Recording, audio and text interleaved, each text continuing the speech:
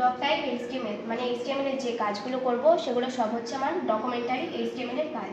তারপরে হচ্ছে HTML language, LNG ল্যাং মানে হচ্ছে ল্যাঙ্গুয়েজ, ইএন মানে ইংলিশ, আমরা যে কাজগুলো করছি সব ইংলিশে হচ্ছে।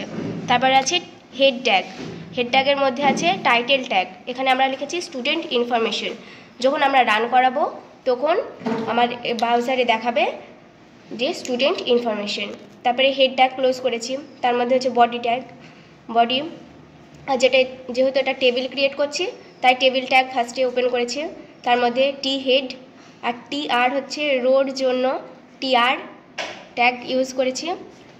তারপরে টিএইচ এর মধ্যে টি হেড, এটা হচ্ছে টেবিলে যখন হেডিং দেব তখন আমরা টি হেড ট্যাগ ইউজ করব। তারপরে আছে রো, রো এর জন্য আমরা ব্যবহার করব টি আর ট্যাগ। তার মধ্যে আমরা ডেটাগুলো ইনপুট করেছি টিএইচ হেডিং দিয়ে, এগুলো সব হচ্ছে হেডিংয়ে যাবে, তার জন্য TH head tag open close, open close. তারপরে টিআর এর রো ওপেন করেছি, এখানে টিআর এর রো ক্লোজ করেছি। তারপরে heading T head tag open, T head tag close.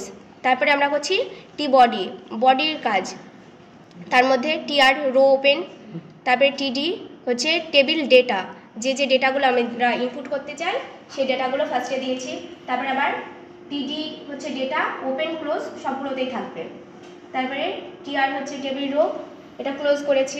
তারপরে আমি যদি একাধিক ডেটা ইনপুট করতে চাই তাহলে আমরা আবার একই রকম করে টেবিল রো ওপেন ক্লোজ, এভাবে আমরা মোট 5টা টেবিল ডেটা এখানে নিয়েছি টেবিলের জন্য।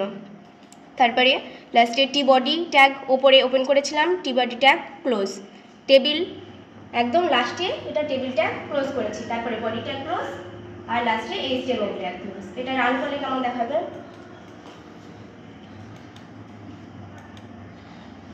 এই যে পরপর।